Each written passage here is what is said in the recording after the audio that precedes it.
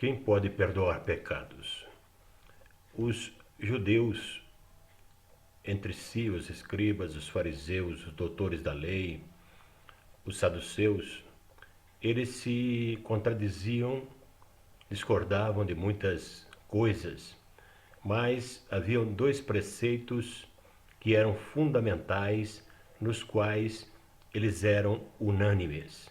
O primeiro deles, só Deus pode perdoar pecados. E o segundo, só Deus pode salvar. E é interessante notar que eles não estavam errados. Só Deus realmente pode perdoar pecados, só Deus pode salvar. O fato que nos chama a atenção é que eles não puderam compreender, mesmo vendo os milagres, as maravilhas, a sabedoria, tudo aquilo que Jesus apresentava quando fazia algum milagre, quando ensinava, quando eles o confrontavam com os seus questionamentos, tudo isso não trouxe compreensão a esses religiosos de que Jesus realmente era Deus. Jesus é Deus. E Jesus só não se aferrou ao fato de ser onipresente, porque durante 33 anos ele esteve num corpo humano, mas ele era onipotente e era também onisciente. Ele conseguia ler o pensamento de todas as pessoas que estavam ao seu redor.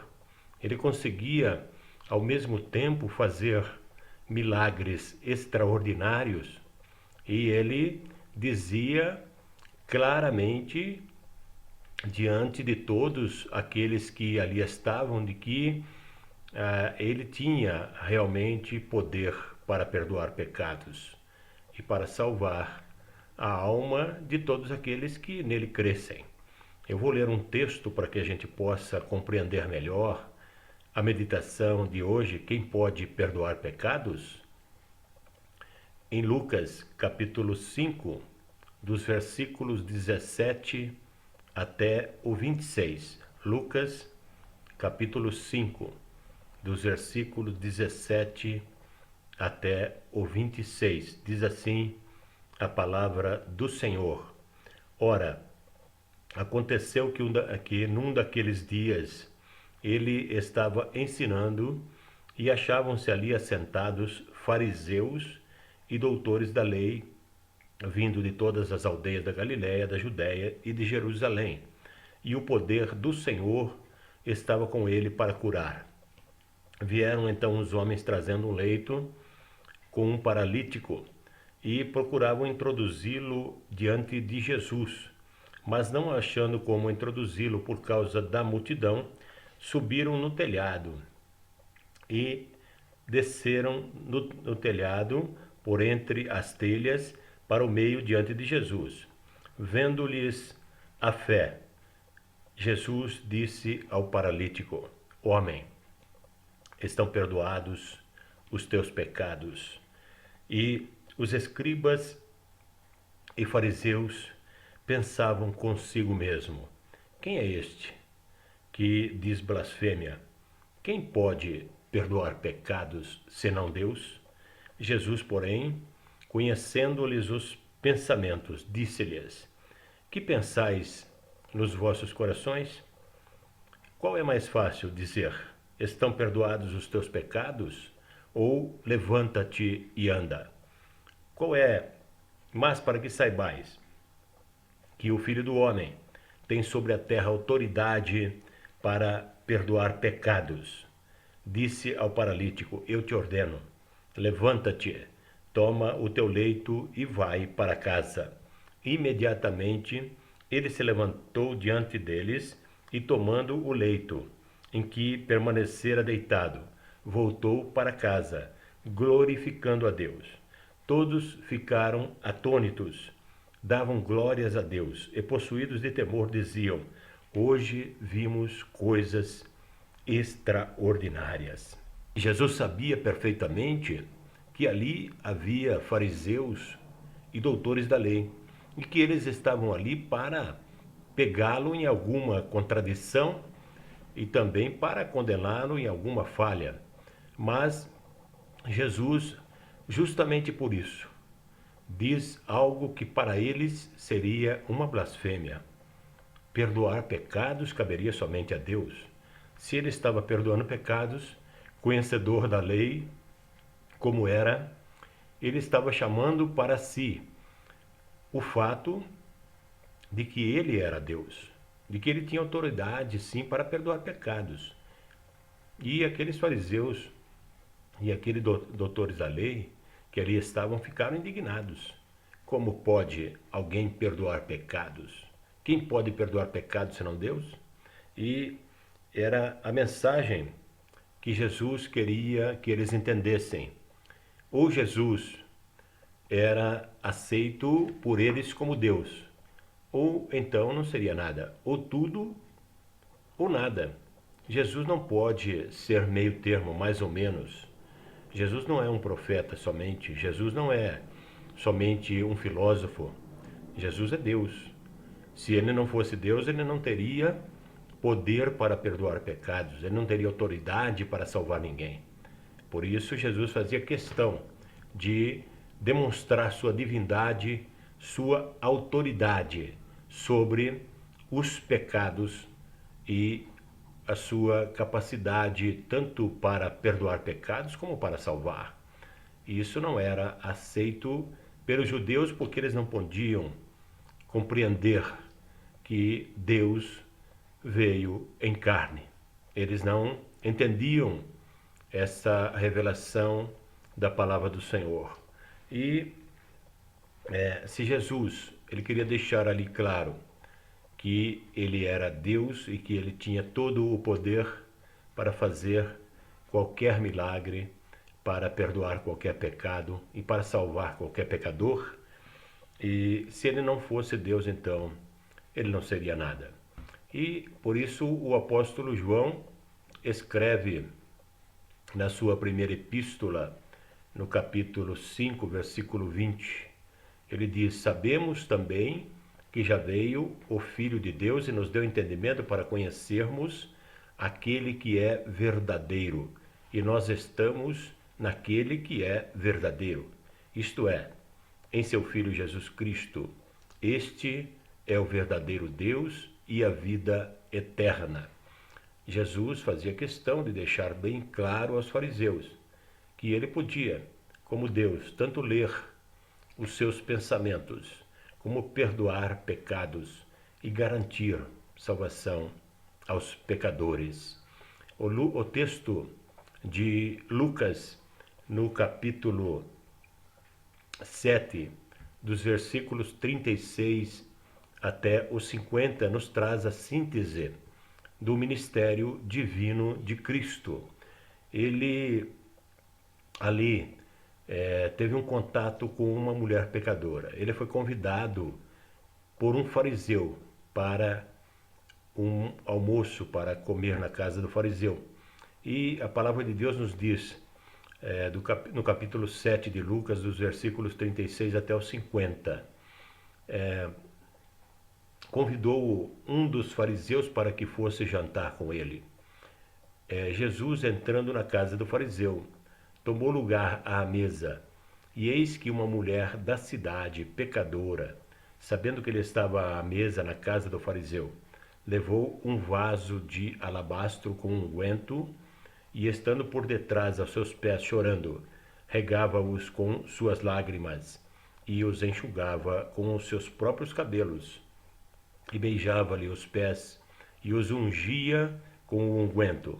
Ao ver isto, o fariseu o convidara, disse consigo mesmo: se este fora profeta, bem saberia quem é e qual é essa mulher que lhe tocou, porque é uma pecadora. Dirigiu-se Jesus ao fariseu e lhe disse: Simão, uma coisa tenho a dizer-te. Ele respondeu: dize-a, mestre. Certo credor tinha 2 devedores. Um lhe devia 500 denários e o outro 50. Não tendo nenhum dos dois com que pagar, perdoou-lhes a ambos. Qual deles, portanto, o amará mais? Respondeu-lhe Simão: suponho que aquele a quem mais perdoou. Replicou-lhe: julgaste bem. E voltando-se para a mulher, disse a Simão: vês esta mulher? Entrei em tua casa e não me deste água para os pés. Esta, porém, regou os meus pés com lágrimas e os enxugou com seus cabelos. Não me deste ósculo. Ela, entretanto, desde que entrei, não cessa de me beijar os pés. Não me ungiste a cabeça com óleo, mas esta com bálsamo ungiu os meus pés. Por isso te digo, perdoados lhe são os seus muitos pecados, porque ela muito amou. Mas aquele a quem pouco se perdoa, pouco ama. Então disse a mulher: perdoados são os teus pecados, que são muitos. Os que estavam com ele à mesa começaram a dizer entre si: quem é este que até perdoa pecados? Mas Jesus disse à mulher: a tua fé te salvou. Vai-te em paz. Esses dois textos que nós lemos no Evangelho de Lucas nos colocam diante de uma verdade magnífica. Jesus faz questão de enfatizar a sua divindade para trazer convicção de salvação a todo pecador arrependido.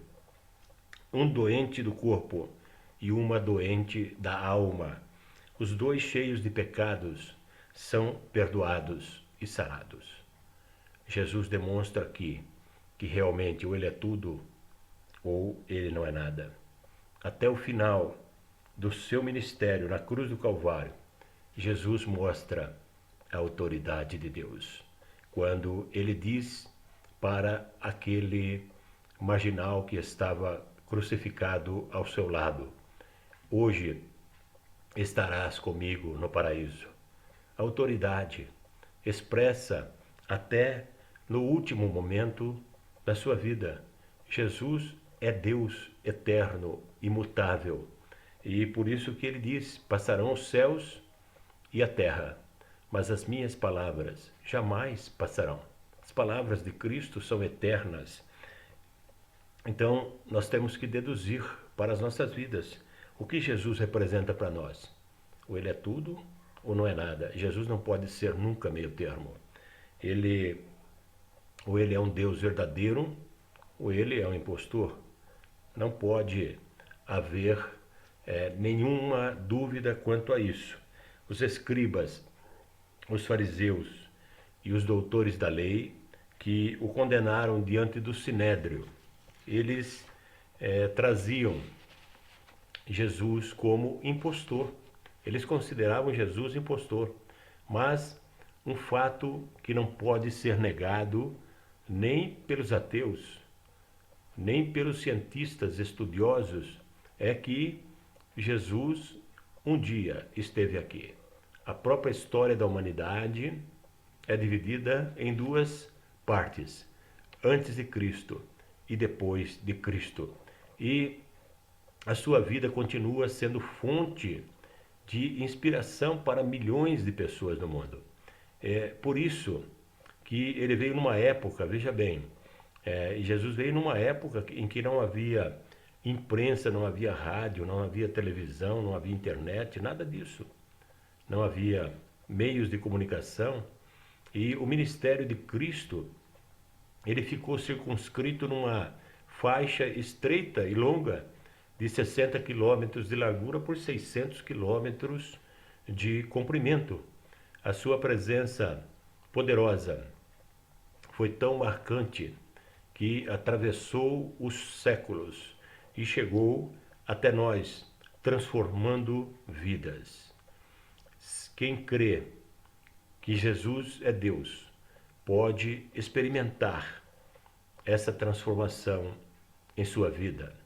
Quem crê que Jesus é Deus pode experimentar um novo nascimento, uma nova realidade de vida, ter certeza da sua salvação e desfrutar a vida abundante que Jesus prometeu em João capítulo 10, versículo 10, quando ele diz: o ladrão não vem senão a matar, roubar e destruir, mas eu vim para que tenham vida e vida com abundância.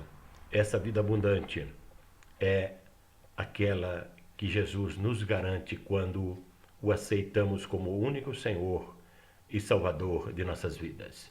Que Deus abençoe a sua vida, que Deus abençoe a sua família, te livre de todo mal e te proteja.